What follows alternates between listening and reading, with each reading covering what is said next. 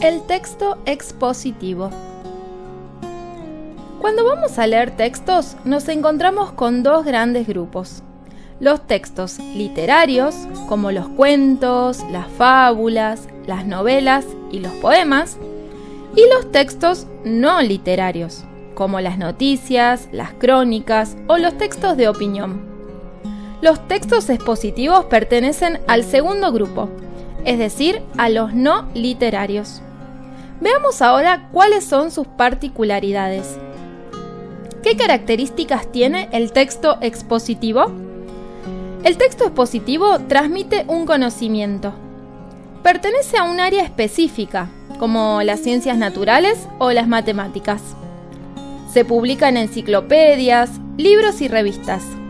Pueden ser impresos o digitales. El lenguaje es objetivo, es decir, que no se incluyen las opiniones del escritor. La información se presenta de manera ordenada y clara, a fin de que el lector aprenda sobre un tema que desconoce. ¿Cuál es la estructura de un texto expositivo? Este tipo de texto tiene tres partes diferenciadas: la introducción o presentación, el desarrollo y el cierre o conclusión. La presentación introduce el tema general, es decir, que se indica de qué se va a tratar.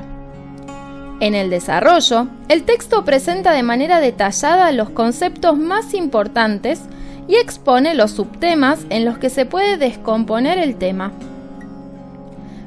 Por último, si bien no siempre hay un cierre, en muchos casos el último párrafo sintetiza el tema expuesto o propone una conclusión sobre él. Ahora que ya sabemos cuáles son las características y la estructura del texto expositivo, veamos algunos elementos que vamos a encontrar en él. El paratexto en el texto expositivo.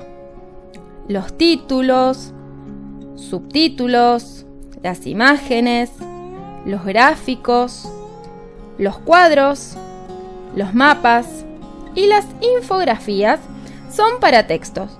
Se los llama así porque acompañan al texto y vinculan la información que allí figura.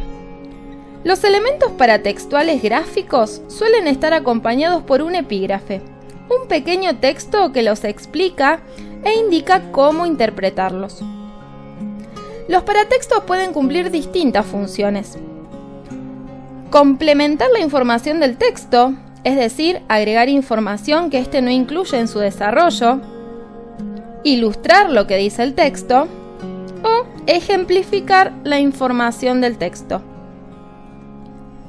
Por otro lado, los textos expositivos suelen incluir recursos que ayudan a los lectores a comprender la información. Algunos de ellos son: definición.